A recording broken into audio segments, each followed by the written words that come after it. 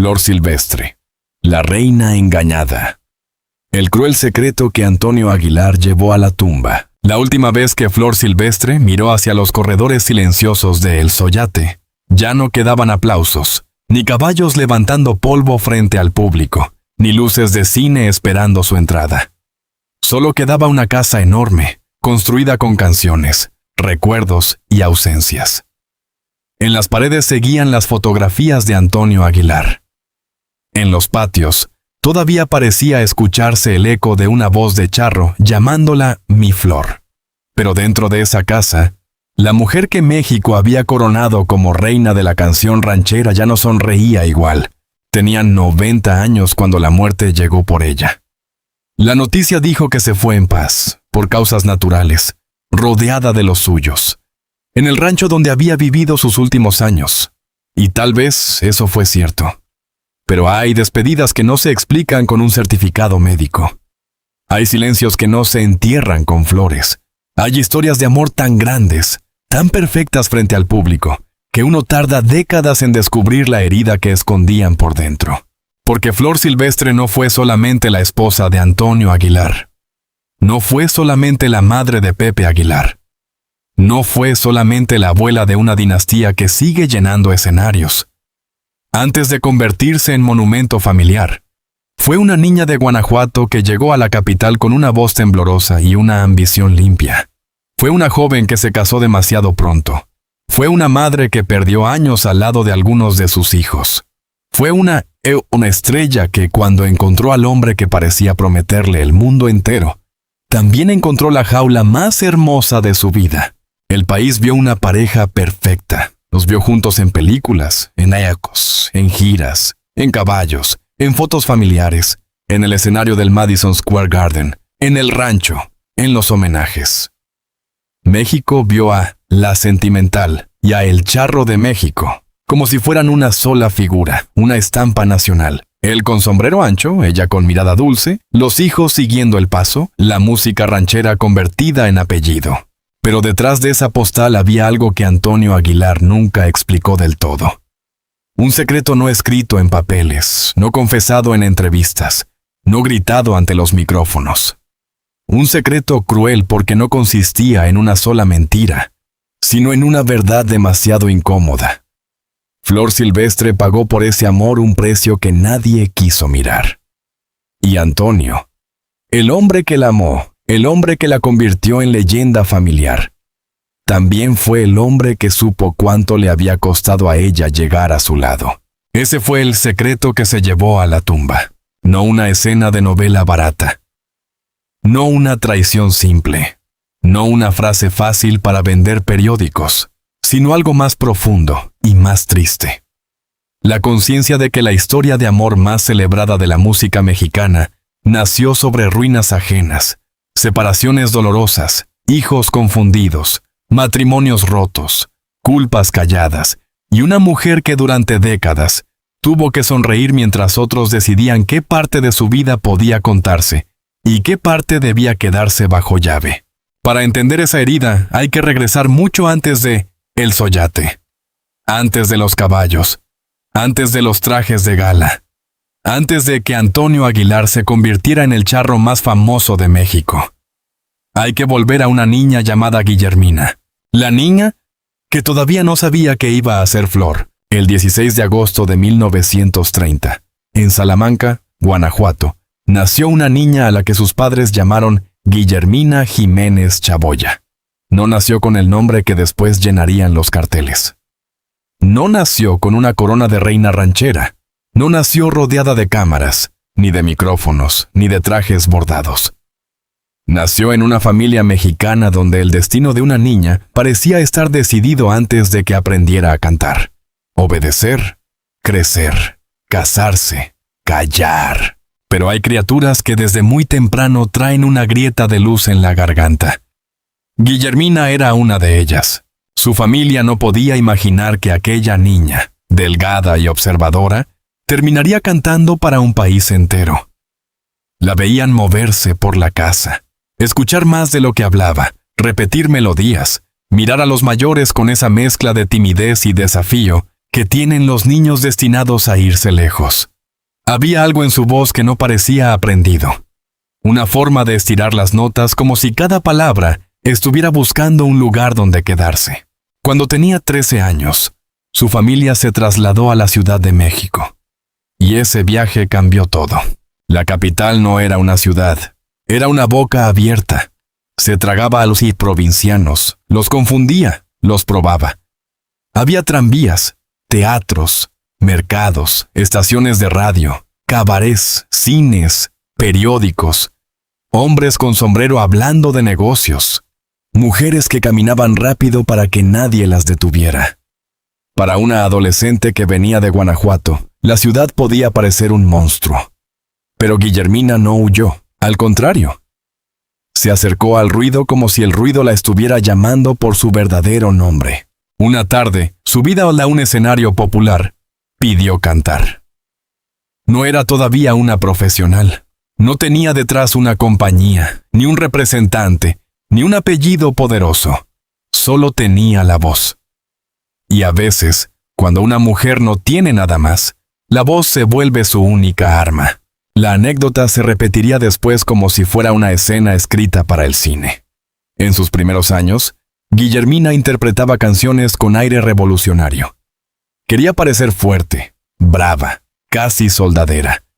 Pero un locutor la miró y le dijo que no, que ella no tenía nada de soldadera, que era demasiado delicada para ese personaje, que ella era una flor silvestre. Así nació el nombre. Y en ese nombre quedó encerrada la contradicción que la acompañaría toda la vida. Flor, belleza, ternura, perfume. Silvestre. Campo abierto, raíz indómita, vida que crece sin pedir permiso. México no estaba descubriendo solo a una cantante, estaba fabricando un símbolo. Al principio, la radio fue su reino. La XEW, esa catedral sonora donde tantos artistas mexicanos aprendieron a existir para el público, le abrió una puerta. Allí Flor Silvestre empezó a convertirse en presencia. No hacía falta verla para imaginarla, bastaba escucharla. Su voz no golpeaba, acariciaba. No imponía, envolvía. Por eso la llamarían la sentimental, la voz que acaricia, la reina de la canción mexicana. Pero esos títulos todavía estaban lejos. Antes de la corona vino el hambre de escenario.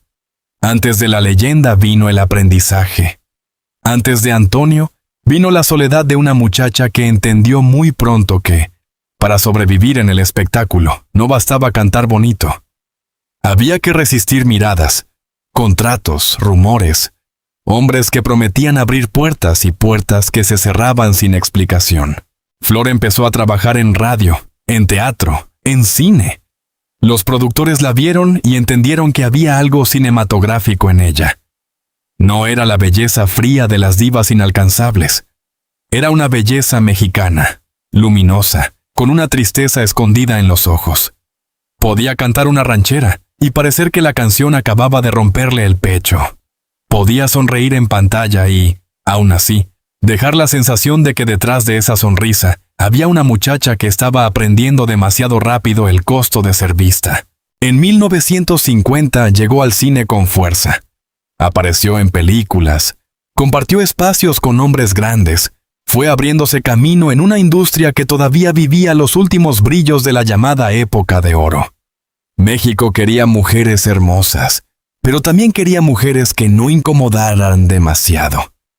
Flor parecía cumplir el molde, pero había en ella una energía difícil de domesticar. Lo que nadie sabía era que la muchacha que empezaba a triunfar ya cargaba heridas privadas. Porque Guillermina no llegó a la fama como una niña protegida. Llegó siendo una mujer demasiado joven para las decisiones que ya había tomado. Aún no era la matriarca de los Aguilar. Aún no era la esposa del charro más poderoso del espectáculo. Aún no era la imagen serena que años después aparecería al lado de Antonio en los escenarios.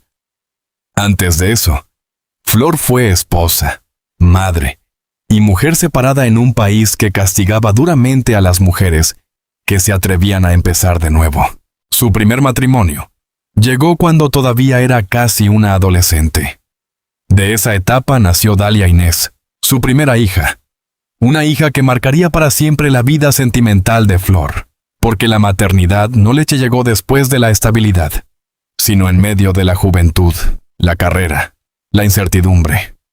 Flor aprendió pronto que una mujer podía cantar para miles y aún así, sentirse sola cuando volvía a casa. Luego vino Paco Malgesto. Y con Paco Malgesto empezó una de las zonas más dolorosas de su historia. Paco Malgesto y la primera jaula. Paco Malgesto no era un hombre cualquiera. En el México de la radio y los primeros años de la televisión, su voz tenía peso.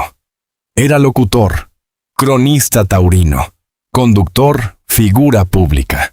Un hombre de micrófono, de mirada segura, de esos que sabían entrar a una habitación y ocuparla sin pedir permiso. Para una mujer joven que intentaba consolidarse en el espectáculo, Paco representaba algo más que un romance. Representaba acceso, mundo, estabilidad, nombre. Flor Silvestre se casó con él cuando su carrera iba en ascenso.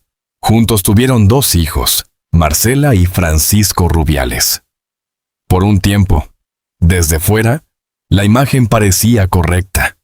Una cantante hermosa, un comunicador conocido, una familia creciendo en una casa donde la fama entraba por la puerta principal. Pero las casas bonitas también pueden guardar frío. El matrimonio se desgastó. Las versiones, como ocurre siempre con las separaciones viejas, se contradicen. Unos hablaron de celos, otros de infidelidades, otros de carácter fuerte, otros de la vida pública, de agendas imposibles, de una mujer que ya no aceptaba vivir únicamente como esposa de nadie. Lo cierto es que Flor y Paco terminaron separándose, y la separación no fue limpia. Aquí empieza la herida que la acompañaría hasta la vejez. Cuando una pareja se rompe, los adultos suelen creer que el daño termina con una firma. Pero no. A veces empieza ahí. Y en el caso de Flor Silvestre, la ruptura con Paco Malgesto abrió una batalla alrededor de sus hijos. Marcela y Francisco quedaron en medio de una guerra que ninguno de ellos había elegido. La prensa diría después que Paco no le permitió verlos como ella quería, que tuvo que buscarlos a escondidas, que la relación con esos hijos se volvió complicada durante años. Imagina a Flor en esos días. De día cantaba, se maquillaba, se peinaba, entraba ya a un set o a una cabina de radio. Sonreía. Respondía con educación. La llamaban hermosa, talentosa, prometedora. Por la noche volvía a la realidad de una madre que no podía abrazar a todos sus hijos cuando quería. Una mujer que había sido juzgada por enamorarse de nuevo antes de que la sociedad estuviera dispuesta a perdonarla. Porque México podía perdonar muchas cosas a un hombre famoso, a una mujer, casi nada. Si un artista abandonaba una casa para seguir una pasión, se decía que era temperamental. Si una mujer lo hacía, se decía que era mala madre. Si un hombre tenía pasado sentimental, era viril, complejo, interesante. Si una mujer tenía 3 matrimonios, era sospechosa. Flor aprendió esa doble moral no en teoría, sino en carne viva. Y mientras esa herida familiar empezaba a abrirse, apareció Antonio Aguilar. No apareció como un salvador, aunque después la leyenda intentaría pintarlo así. Apareció primero como un compañero de trabajo, un hombre alto, de presencia imponente, que en aquellos primeros años todavía no era el gigante que llegaría a ser. Se hacía llamar Tony Aguilar. Cantaba, actuaba, buscaba su lugar. No era todavía el Charro de México, era un artista en construcción. Se conocieron en la XEW, en el ambiente eléctrico de la radio de los años 50. Flor ya era una figura reconocida. Antonio iba entrando en el camino. Al principio hubo trabajo, canciones, películas, coincidencias. Después vino la cercanía. Y después, como ocurre en las historias que cambian demasiadas vidas, vino lo que ambos trataron de explicar durante décadas, con palabras bonitas. el enamoramiento. Pero había un problema. Flor tenía una historia rota con Paco Malgesto. Antonio también tenía su propia vida sentimental. Se casaría con Otilia Larrañaga, aunque ese matrimonio duraría poco. Más tarde Flor diría que Antonio se había casado casi por despecho, en medio de un enojo entre ellos. Esa frase, repetida con aparente ligereza, es una llave, porque muestra que el amor entre Flor y Antonio no nació en terreno limpio. Nació entre separaciones, discusiones, orgullo, celos y decisiones tomadas para herir o para no parecer herido. El público, con el tiempo, olvidó esa parte. Prefirió la versión dorada. Dos artistas destinados a encontrarse. Dos almas rancheras, dos voces unidas por México. Una pareja que parecía hecha para compartir caballos, canciones y películas. Pero antes de que fueran leyenda, fueron adultos envueltos en otros compromisos, con hijos pequeños, con heridas abiertas, con terceros pagando el precio de ese amor. Y aquí se esconde la primera pieza del secreto cruel. Antonio Aguilar sabía que Flor no llegaba a él como una mujer libre de dolor. Sabía que detrás de su belleza había una madre separada de parte de su vida. Sabía que amarla significaba también arrastrarla a una tormenta pública donde ella sería señalada mucho más que él. Y aún así, siguió adelante. Tal vez porque la amaba. Tal vez porque la necesitaba. Tal vez porque los hombres acostumbrados a conquistar escenarios creen que también pueden conquistar destinos ajenos sin romperlos. Flor, por su parte, creyó que ese amor lo compensaría todo. Esa fue la gran trampa. Pensó que si Antonio la amaba lo suficiente, si construían algo grande, si formaban una nueva familia, si llenaban escenarios, si el público los bendecía, entonces la herida anterior dejaría de doler. Pero hay dolores que no desaparecen con aplausos. Solo aprenden a esconderse. En 1959, Flor Silvestre y Antonio Aguilar se casaron por lo civil. A los ojos del país, empezaba una de las parejas más poderosas del espectáculo mexicano. Pero en realidad, empezaba también una segunda vida para Flor. La vida de una mujer que iba a convertirse en reina. Sí, pero una reina obligada a dejar partes de sí misma en el camino. Antonio Aguilar, el hombre que la convirtió en leyenda. Antonio Aguilar no era solamente un cantante, era una presencia nacional. Tenía la estatura, la voz, el sombrero, la seguridad de los hombres que parecen haber nacido para ser obedecidos. En pantalla podía ser revolucionario, charro, héroe, enamorado, vengador. En el escenario podía dominar un caballo, una canción y una multitud con el mismo gesto. México lo adoptó como si fuera una extensión viva de sus mitos. Tierra, caballo, pistola de utilería, honor, mariachi, orgullo. Flor Silvestre entendió muy pronto que junto a Antonio no iba a tener una vida pequeña. Él no soñaba con cantar en teatros modestos y retirarse a una casa discreta. Antonio quería espectáculo, ruta, grandeza. Quería llevar la charrería, la música ranchera y la imagen mexicana por el mundo. Quería una familia que no solo viviera del arte, sino que se presentara como arte. Y para eso necesitaba a Flor. La necesitaba porque ella tenía algo que él no podía fabricar: ternura. Antonio imponía. Flor suavizaba. Antonio representaba la fuerza del charro. Flor representaba la emoción de la canción. Él podía entrar a caballo y levantar al público. Ella podía quedarse quieta, cantar una frase y hacer que el estadio entero se callara. Juntos funcionaban porque eran contraste. Él era tierra golpeada por cascos. Ella era la voz que caía sobre esa tierra como lluvia. En el cine compartieron numerosas películas. En la música, canciones. En los escenarios, una vida entera. El público no solo los admiraba, los creía.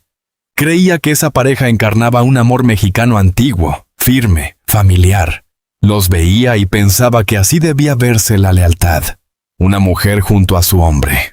Un hombre construyendo casa para su mujer. Hijos cantando con sus padres. Caballos, trajes, aplausos. La postal perfecta. Pero la perfección pública exige sacrificios privados. A medida que el espectáculo de Antonio Aguilar y familia crecía, la figura de Flor se fue transformando. Dejó de ser únicamente Flor Silvestre, estrella por derecho propio, para convertirse en parte de una estructura más grande, la dinastía Aguilar. Eso puede sonar hermoso, pero también puede ser una forma elegante de desaparecer. Porque cuando una mujer entra en una dinastía, a veces deja de ser persona y se vuelve símbolo. Flor había tenido una carrera antes de Antonio. Había cantado, filmado, brillado, recibido elogios. No necesitaba el apellido Aguilar para existir. Pero el relato público fue acomodándose poco a poco hasta hacer parecer que su destino verdadero había comenzado con él. Y eso es injusto. Porque Flor no fue descubierta por Antonio. Flor ya era Flor antes de Antonio. Lo que Antonio hizo fue otra cosa. La convirtió en la mitad visible de un imperio familiar. Un imperio puede proteger. También puede devorar. En las giras, la vida no era tan romántica como las fotografías. Había caminos largos, hoteles, camerinos, niños creciendo entre maletas, horarios imposibles, cansancio, decisiones empresariales, dinero, contratos, público esperando siempre la sonrisa de la familia perfecta. Flor no podía romperse. No podía salir al escenario con la tristeza de la madre que recordaba a los hijos que no tuvo siempre cerca. No podía explicar que detrás de su matrimonio ideal había un pasado que la prensa usaba para juzgarla.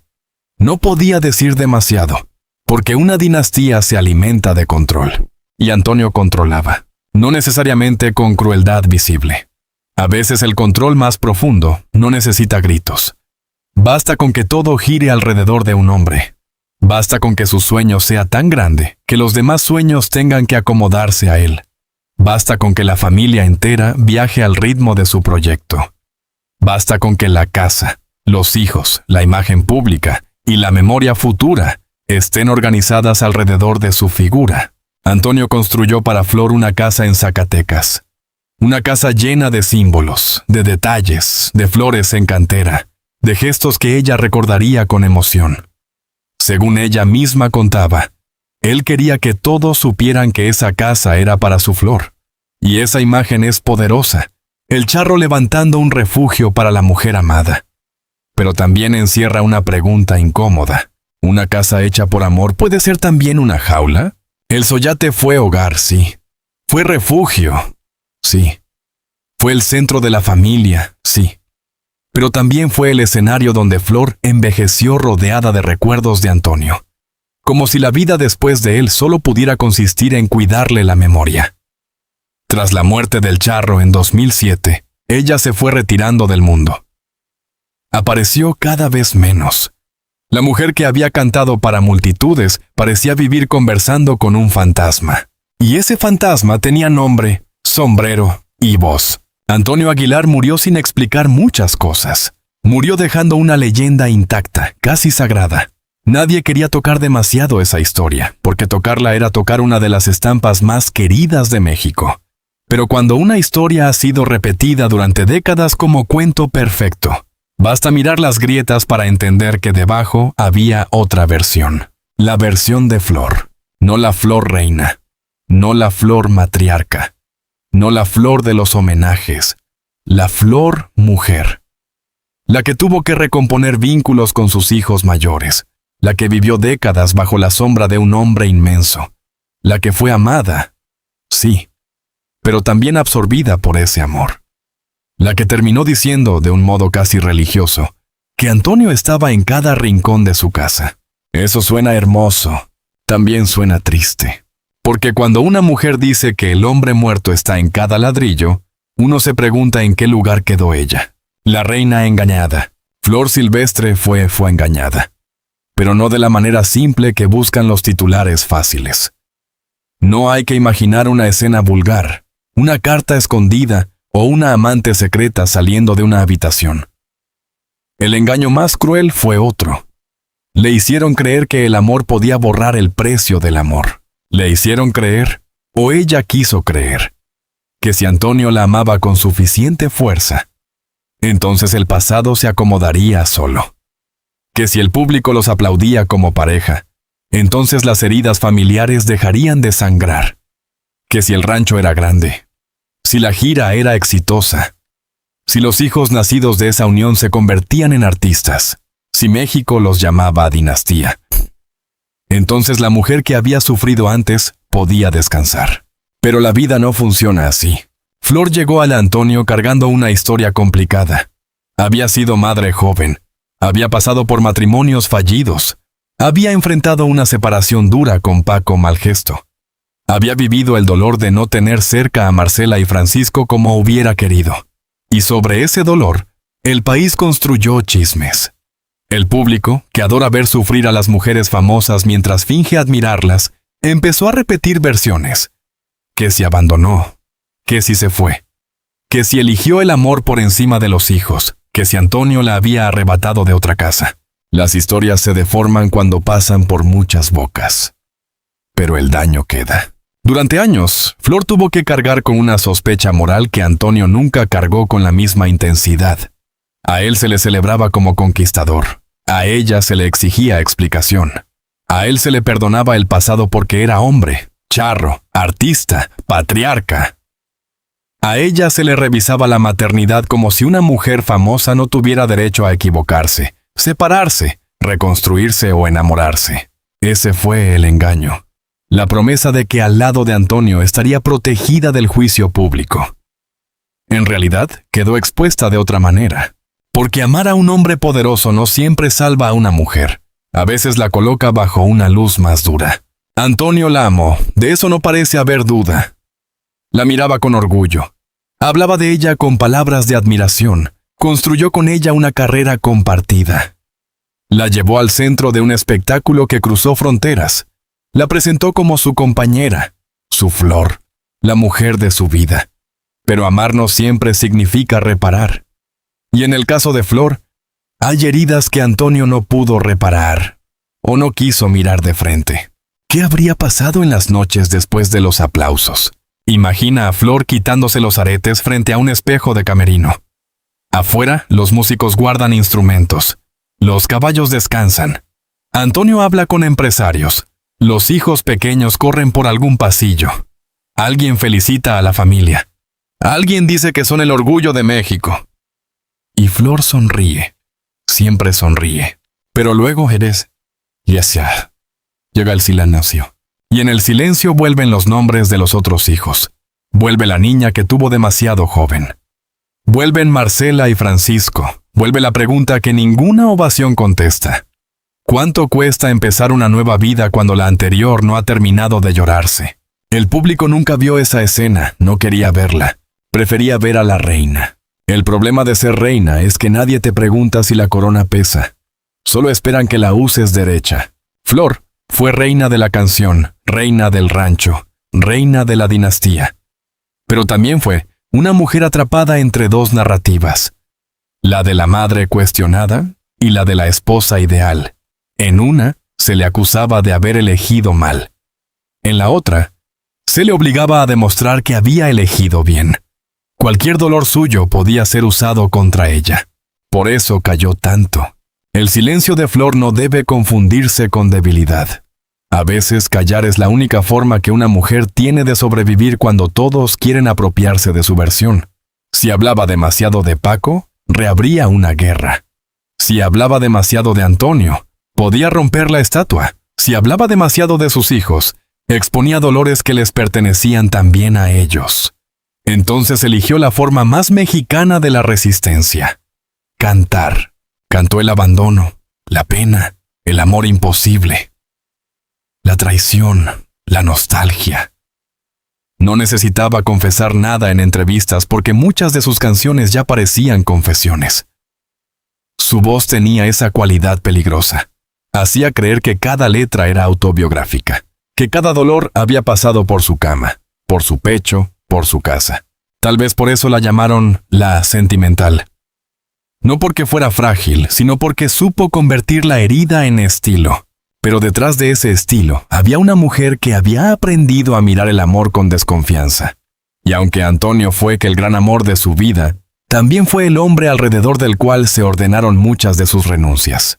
Eso es lo que vuelve la historia tan incómoda. No se trata de decir que Antonio fue un villano.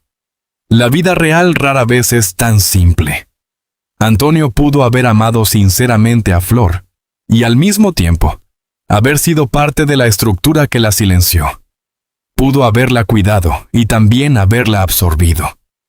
Pudo haberle construido una casa y, sin querer o queriendo, convertir esa casa en el museo de su propio poder. El secreto cruel no es que Antonio no la amara. El secreto cruel es que el amor de Antonio no la salvó de todo lo que perdió por estar con él. Los hijos, la culpa y la dinastía. Toda dinastía necesita herederos. Y la dinastía Aguilar los tuvo.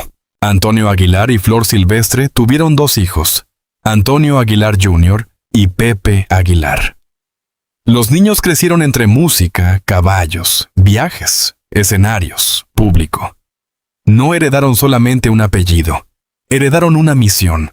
En una familia común, un hijo puede preguntarse qué quiere ser. En una dinastía artística, esa pregunta llega contaminada por el peso de lo que ya fueron los padres. Antonio Jr. y Pepe aprendieron pronto que pertenecer a los Aguilar era privilegio y carga. El apellido abría puertas, pero también exigía continuidad. El público no quería solo verlos crecer. Quería verlos repetir una tradición. Quería reconocer en ellos algo de Antonio, algo de Flor, algo de esa postal familiar que México había aprendido a venerar. Flor, como madre de esa segunda familia, ocupaba un lugar central. Era la ternura del clan, la voz original, la mujer que conectaba la escena con el hogar. Pero esa imagen dejaba fuera a los otros hijos de su vida, Dalia Inés, Marcela y Francisco. Hijos de etapas anteriores, de matrimonios anteriores, de una Flor que el relato oficial muchas veces trataba como prólogo incómodo. Y aquí la historia se vuelve más humana y más dolorosa. Porque una madre no se divide sin romperse. Flor no dejó de ser madre de sus hijos mayores, porque nacieran Antonio Jr. y Pepe. Pero el público sí aprendió a verla principalmente como madre de los Aguilar. La industria simplifica las vidas para venderlas mejor. Necesita una familia central, una imagen clara, un linaje fácil de contar. Y en esa simplificación, las primeras maternidades de Flor quedaron muchas veces relegadas a notas al pie. Ese fue otro precio. No solo perder tiempo con algunos hijos, también ver cómo la memoria pública ordenaba su vida de una manera que no necesariamente coincidía con su corazón. Marcela Rubiales, con los años, saldría a defender la memoria de su madre frente a versiones que la acusaban de infidelidad o abandono. Esa defensa tiene un peso enorme porque no viene de una periodista, ni de un admirador, ni de un enemigo, viene de una hija. Y cuando una hija siente la necesidad de decir públicamente que su madre fue decente, guerrera, ejemplar, es porque durante demasiado tiempo otras voces intentaron contar la historia de esa madre sin permiso. Flor tuvo que vivir con eso. La culpa de una madre famosa no es una culpa íntima, se vuelve espectáculo. Cada decisión se comenta.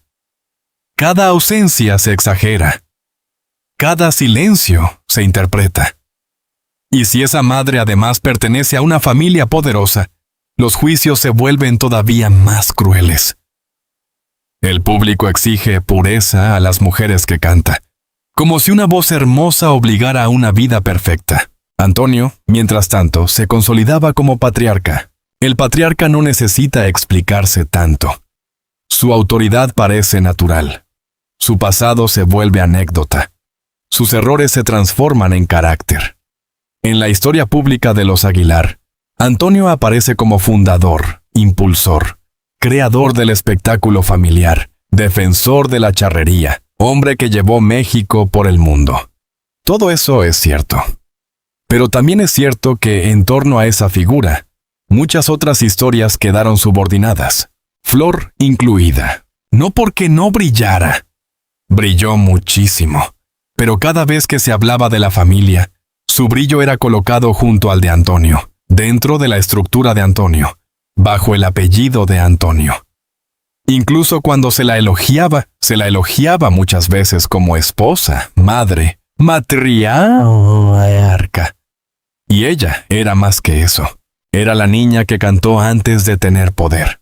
Era la mujer que sobrevivió a matrimonios fallidos. Era la artista que se ganó su lugar en radio, cine y discos. Era una intérprete con un catálogo y una sensibilidad propias.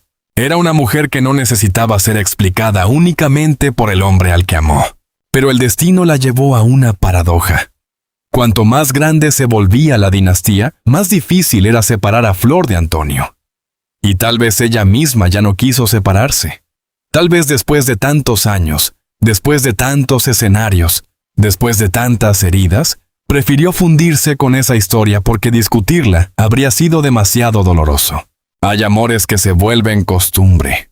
Hay costumbres que se vuelven identidad. Hay identidades que se vuelven tumba.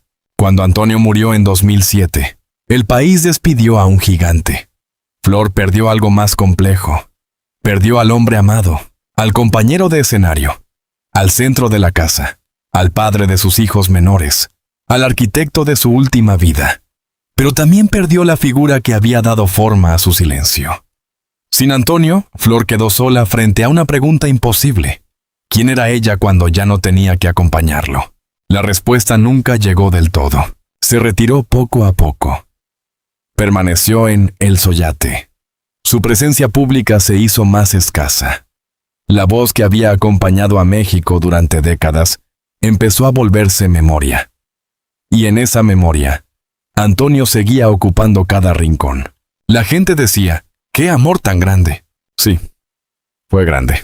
Pero también fue tan grande que dejó poca habitación para que Flor respirara fuera de él. El secreto que nadie quería nombrar. El secreto que Antonio Aguilar se llevó a la tumba no era una confesión guardada en una caja fuerte. Era una verdad repartida en muchas escenas pequeñas. Estaba en la boda civil de 1959, celebrada después de divorcios y separaciones que no habían sanado del todo. Estaba en la boda religiosa que llegó más de 30 años después, cuando por fin pudieron anular matrimonios anteriores y presentarse ante la iglesia como la pareja que el público ya llevaba décadas adorando. Estaba en las versiones sobre Paco Malgesto, los hijos escondidos, las visitas a escondidas, los años complicados. Estaba en la frase de Flor diciendo que Antonio se había casado con Otilia por despecho, como si una decisión matrimonial pudiera reducirse a un enojo de amantes. Estaba en la forma en que el público perdonó al Antonio más rápido que a ella. Estaba en cada entrevista donde se celebraba la historia de amor sin preguntar demasiado por las personas que quedaron heridas alrededor. Antonio sabía todo eso. Sabía que su amor con Flor no había nacido sin daño. Sabía que ella había tenido que enfrentar un juicio social feroz. Sabía que había hijos de otras etapas que no encajaban fácilmente en la postal de Antonio Aguilar y familia. Sabía que la grandeza de la dinastía tenía debajo capas de dolor que no podían cantarse en un jaripeo. Y aún así eligió preservar la leyenda. Tal vez cualquier hombre en su lugar habría hecho lo mismo. Las leyendas son más fáciles de proteger que las verdades. Una leyenda vende boletos, llena teatros, tranquiliza al público, ordena la memoria familiar. La verdad, en cambio, incomoda. La verdad obliga a admitir que el amor puede ser hermoso y egoísta al mismo tiempo. Que una pareja puede quererse profundamente y, aún así, causar heridas a otros. Que una mujer puede ser madre amorosa y haber vivido ausencias dolorosas. Que un hombre puede construir una casa para su esposa y también construir un relato donde ella queda atrapada. Ese era el secreto cruel. No que Antonio hubiera dejado de amar a Flor, sino que Antonio sabía que el mito de su amor era más limpio que la realidad, y permitió que el mito ganara. Durante años, cuando se hablaba de ellos, se hablaba de destino. Mi destino fue quererte, decía la canción, y la frase parecía escrita para Flor y Antonio. Pero el destino es una palabra peligrosa. Sirve para embellecer decisiones que tal vez fueron tomadas con egoísmo, pasión o miedo. Si todo fue destino, nadie tiene culpa. Si todo fue destino, nadie tiene que pedir perdón. Si todo fue destino, las lágrimas de los otros se convierten en parte inevitable del camino. Flor hizo de esa idea una forma de vida. Querer a Antonio fue su destino, sí, pero también fue su condena emocional, porque después de él ya no hubo otro relato posible. Cuando una mujer entrega su identidad a un amor inmenso, la viudez no solo le quita al hombre, le quita el espejo. Flor quedó mirando fotografías, ladrillos, patios, flores de cantera, recuerdos. Quedó en la casa que él le hizo, rodeada de símbolos de una historia que todos llamaban perfecta. Pero, ¿quién se atrevería a preguntarle si alguna vez se sintió engañada por esa perfección? Tal vez nadie, porque Flor no era presentada como víctima, era presentada como reina, y a las reinas no se les permite quejarse sin parecer ingratas. Tenía una casa, tenía hijos artistas, tenía nietos famosos, tenía homenajes, tenía canciones, tenía un lugar en la memoria nacional. ¿Con qué derecho iba Paz a hablar de pérdida? Esa es la trampa más cruel del éxito. Cuando lo tienes todo, nadie quiere escuchar lo que te falta. A Flor le faltaron años, años con sus hijos mayores, sin sombra de conflicto. Años de carrera propia sin quedar subordinada al apellido familiar. Años de libertad para contar su versión, sin cuidar la estatua de Antonio. Años de ser recordada primero como artista y después como esposa. Años de decir, yo también fui herida. Pero el silencio fue más fuerte. El silencio protegió a la familia. Protegió la marca. Protegió la dinastía. Protegió la imagen de Antonio. Protegió incluso a Flor de tener que revivir dolores que quizá ya no quería tocar. Pero todo silencio tiene un costo. Y el costo fue que, al morir Antonio, muchas preguntas quedaron sin dueño. ¿Se arrepintió alguna vez de la forma en que empezó su amor con Flor? ¿Le pidió perdón por el peso que ella cargó? Hablaban en privado de Marcela, de Francisco, de Dalia, de los años difíciles. Entendió él que la había convertido en reina, pero también en guardiana de una leyenda que la superaba. Nunca lo sabremos.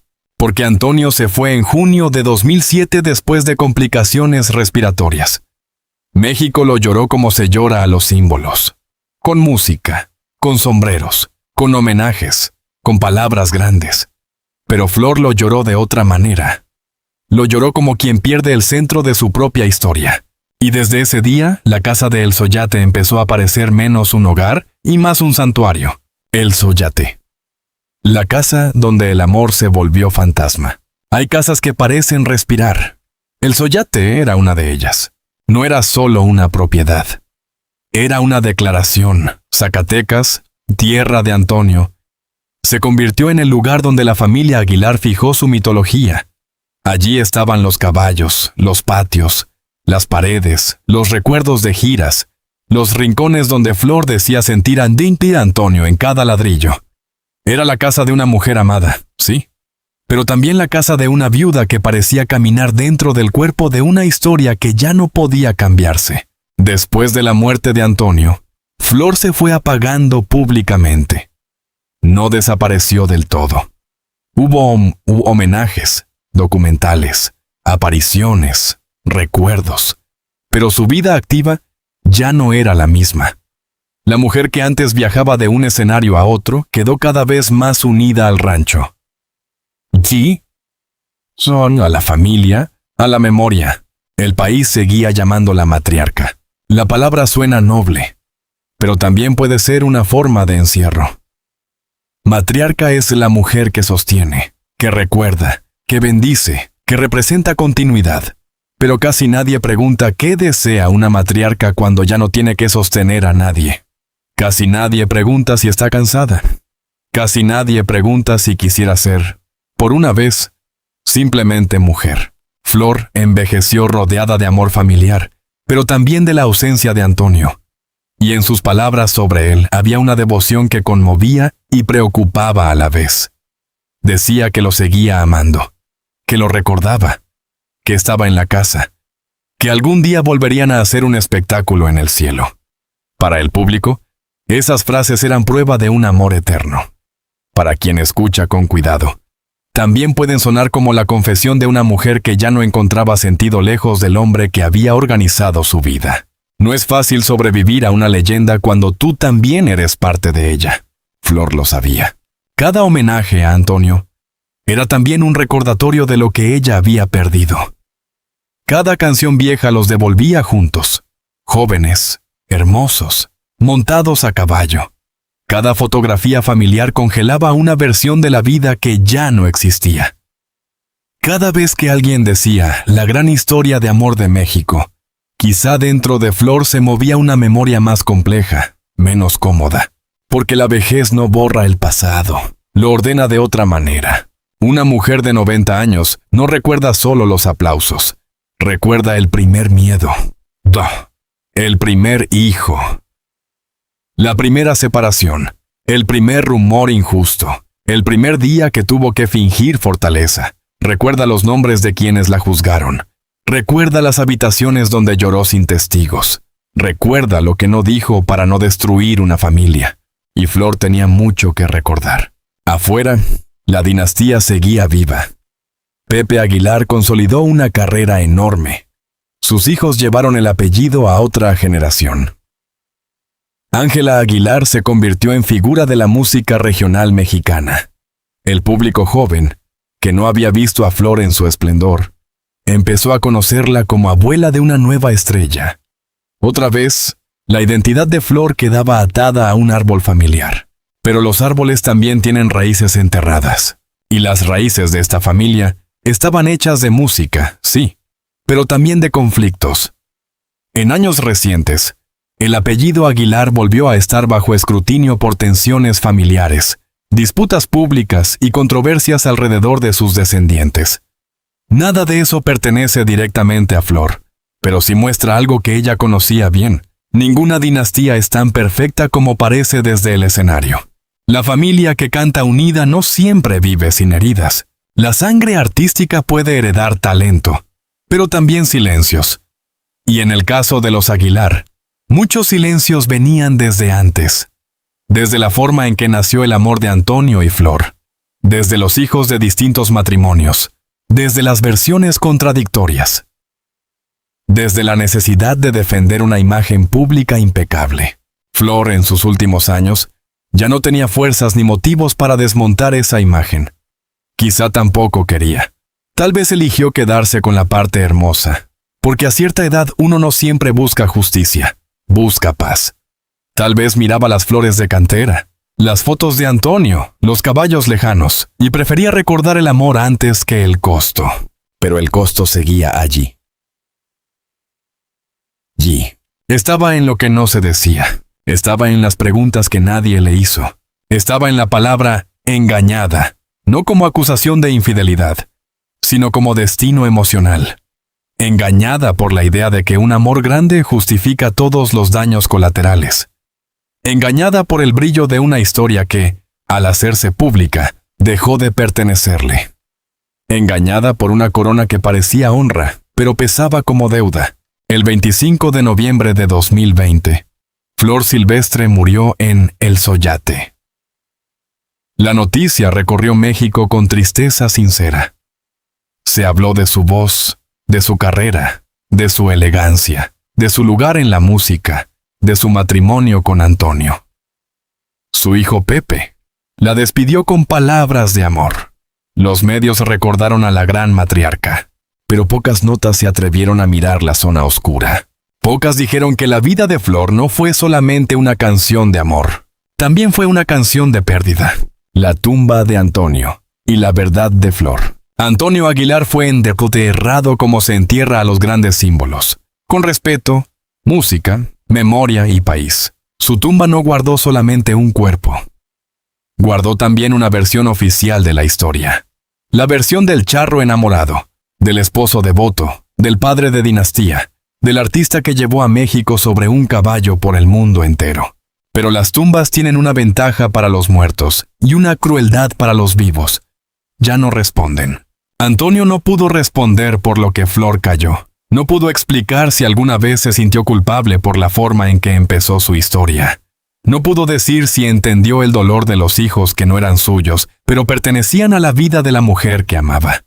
No pudo aclarar si alguna vez le pidió perdón a Flor por haberla convertido, sin querer o queriendo, en la guardiana de una leyenda demasiado perfecta. Se llevó esas respuestas, y Flor se quedó con el silencio. Durante 13 años vivió sin él. 13 años de viudez, recuerdos, homenajes, familia, enfermedad, edad avanzada. 13 años en los que cada visita al pasado tenía el mismo centro. Antonio. Para muchos, eso confirma que fue el amor de su vida. Y probablemente lo fue. Pero que alguien sea el amor de tu vida no significa que no haya sido también la causa de algunas de tus heridas más profundas. Esa es la parte que la gente no quiere aceptar. Preferimos historias simples. Buenos y malos. Víctimas y culpables. Amores puros o traiciones absolutas. Pero Flor y Antonio pertenecen a una zona más difícil. Se amaron. Se acompañaron. Crearon arte. Construyeron familia. Hicieron historia. Y al mismo tiempo, su amor nació sobre conflictos, silenció dolores y dejó preguntas que todavía incomodan. Por eso el título duele, La reina engañada. No porque Flor fuera una mujer ingenua, no lo era. Había vivido demasiado para hacerlo. Fue fuerte, trabajadora, talentosa, inteligente, capaz de reinventarse. Pero incluso las mujeres fuertes pueden creer en una promesa equivocada. Y Flor creyó que el amor con Antonio podía ordenar todo lo que venía roto. Creyó que la grandeza compartida podía compensar las pérdidas íntimas. Creyó que la dinastía sería una forma de redención. Tal vez lo fue en parte, pero ninguna redención borra completamente el daño. El cruel secreto que Antonio Aguilar llevó a la tumba fue haber sabido que su historia con Flor tenía una sombra, y no haber permitido que esa sombra se contara completa. Fue haber dejado que el país recordara principalmente la postal, no la herida. Fue haber sido amado como patriarca mientras Flor cargaba durante años con juicios que a él apenas lo rozaban. Fue haber construido una casa para su mujer, pero también una leyenda donde ella quedó encerrada como su Flor. Y quizá Flor aceptó ese encierro porque también lo amaba. Esa es la tragedia. Las jaulas más difíciles de romper son las que están hechas de amor verdadero. Flor Silvestre murió sin escándalo final, sin grito, sin juicio, sin revelación explosiva. Murió como había vivido sus últimos años, envuelta en respeto, en familia, en música, en el recuerdo de Antonio. Pero si uno escucha con atención su vida entera, detrás de la canción se oye otra melodía. Una melodía más baja, más rota, más humana. La melodía de una mujer, que fue muchas mujeres a la vez. Guillermina, la niña de Salamanca. Flor Silvestre, la muchacha que se ganó un nombre en la radio. La joven madre que aprendió demasiado pronto la culpa. La esposa de Paco Malgesto, atrapada en una separación dolorosa. La amante señalada antes de ser esposa legítima. La compañera de Antonio Aguilar. La madre de Antonio Jr. y Pepe. La madre también de Dalia, Marcela y Francisco. La estrella de cine. La voz sentimental. La reina. La viuda. La mujer que, al final, quizás solo quería descansar. Y descansó en El Soyate. En el lugar donde el amor y la pérdida se habían vuelto inseparables. Hoy, cuando se menciona a Flor Silvestre, muchos la recuerdan por su dulzura, otros por sus canciones, otros por su elegancia, otros por ser parte de la dinastía Aguilar. Pero tal vez habría que recordarla también por algo más incómodo, por haber sobrevivido a la versión perfecta de su propia vida. Porque eso hacen muchas mujeres. Sobreviven a lo que otros cuentan de ellas. Sobreviven al marido famoso. Sobreviven al juicio público. Sobreviven a los hijos que no pudieron abrazar siempre. Sobreviven al apellido que las engrandece y las borra. Sobreviven a la canción que todos cantan sin saber qué herida la hizo posible. Flor Silvestre fue reina, sí, pero antes de ser reina fue mujer. Y quizá esa fue la verdad que Antonio Aguilar se llevó a la tumba. Que debajo de la corona de su flor no había solo amor ni gratitud ni destino.